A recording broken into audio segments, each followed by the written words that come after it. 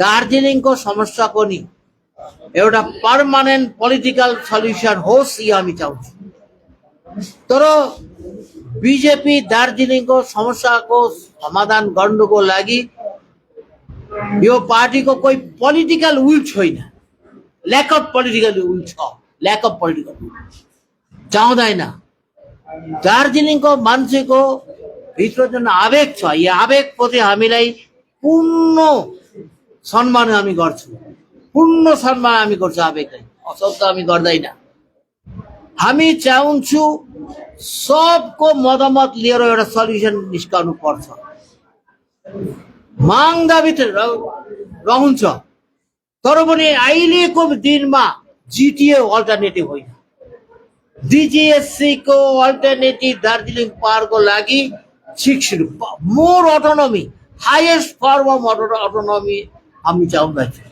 Highest form of autonomy if possible article 371 को जुन एउटा सुविधा दियो नागाल्यान्डमा, अरुणाचलमा, सिक्किममा कि मिजोरममा, मणिपुरमा, त्यस्तो प्रकारमा आर्टिकल 371 को पनि सुविधा दियोस् दार्जिलिङको लागि। दार्जिलिङ साथ साथमा बीजेपीले राजवंशीको लागि भाषा, राजवंशी भाषाको रिकग्नेसन दिन्छ भनेको थियो। कोही भाषा पाएन। औराउ भाषाको भनेको थियो, यो पाएन। भनेको थियो कि कुचबिहारमा पनि युटी गर्छ, मुख्यमन्त्री बनाइदिन्छ अनन्त महाराजले। त अहिले अनन्त महाराजको की हालत की छ हामी हेर्दैछौँ। प्रतारणा गर्दैछ उत्तर बंगालको मान्छेलाई। उत्तर बंगको मान्छेको जो विशेष समस्याहरू छ, भाषाको, जातिको, संस्कृतिको, क्लाइमेटको, यो समाधान गर्नको लागि मिनिमम आग्रह यो बीजेपी को छैन। यसकारण हामी विकल्प प्रस्ताव यहाँ राखे। हामी इफ नेसेसरी अन्य पार्टी को साथमा पनि हामी कुरा गर्छौं। हाम्रो पार्टी के सेक्रेटरी यहाँ छ, जिल्ला सेन्ट्रल कमिटी मेम्बर, उनीहरु कुराकानी गर्छ। सबको साथमा एउटा जुन कमिटी गरे, एउटा त इन्टरलोक्युटर गरे। इन्टरलोक्युटर साथमा मेरो पनि टेलिफोनमा बात भएको थियो। इन्टरलोक्युटर मेरो साथमा पनि कुरा गर्नु इन्टरेस्ट देखाएको थियो। फेरि यो रहेन पनि के कमिटी, कमिटी पोलिटिकल कमिटी, यो कमिटी एकदम बीजेपी को पोलिटिकल कमिटी, यो कुनै एडमिनिस्ट्रेटिभ कमिटी होइन। मान्छेको भावता दिनको लागि, प्रतारणा गर्नको लागि यो अमित शाह यहाँ आयो, त्यस्तो प्रकारमा यो दियो, प्रेस कन्फरेन्स गरे। हाम्रो मुख्यमन्त्रीको के थाहा छ मेरो जान्नु हुँदैन। लाग्दैछ पश्चिम बंगालको मुख्यमन्त्री अमित शाह भने महिनामा प्रत्येक 10-7 दिन पर यहाँ आउँदैछ। और बंगालमा कस्तो प्रकारमा विभाजनको राजनीति गर्छ त्यस्तो एउटै मात्रै उसको काज छ। हामी शुद्ध 6 शेड्युल चाहदैन।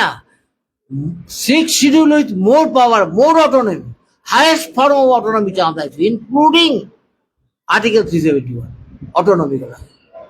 हामी चाहन्छौँ एउटा नयाँ 125 जो बिल, यो बिल पास गराउनुपर्छ। यो बिलमा 6 शेड्युल को एडीसी को लागि अरू अझै मोर पावर दिनको लागि चर्चा चल्दैछ। यो 125 बिल को फाइनल गर्नुपर्छ, फाइनल रिपोर्ट दिनुपर्छ पार्लियामेन्टमा। जस्तो 6 शेड्युल को जुन रिपोर्ट स्ट्यान्डिङ कमिटीमा छ, फेरि नयाँ गरेर 6 शेड्युललाई रिफ्रेशिङ गर्नुपर्छ, रिसेपिङ गर्नुपर्छ, 6 शेड्युललाई अझै पावरफुल शेड्युल चाहिन्छ। जो थियो 107, ये 107 को बेस धरेर उहाँलाई बेस गरेर फेरि उसलाई अझै स्ट्रेन्थन गर्नु, यो हामी चाहन्छौँ। विमल गुरुङको कोही मान्छे छैन उहाँको साथमा। विमल गुरुङ त एउटा जस्तो पेट छ, अमित शाहको पेट छ।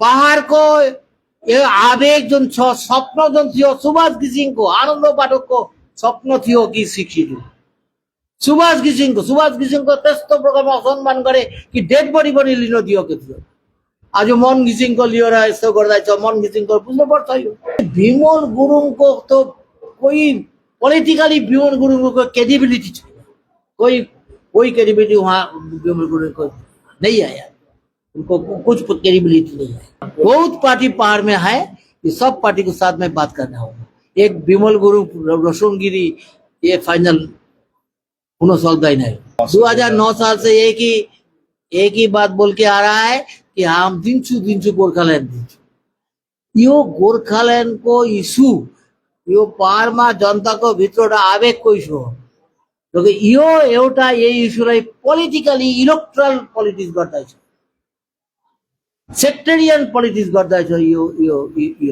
जब इलेक्शन आता है तब ये बात उठाते हैं समाधान को पद छ सबको साथमा कुरा गरेर दार्जिलिङ को power more autonomy with more power highest form of autonomy यो छ अहिलेको दिनमा अटोनोमी रहोस् उनको दाबी छ माग दाबी छ रहोस् ए माग दाबीलाई हामी कुनै पनि समर्थन गर्दैन विरोधिता पनि गर्दैन वो आवेगलाई प्रति हामी पूर्ण मर्यादा हामी आवेगलाई डिसरेस्पेक्ट हामी गर्दैन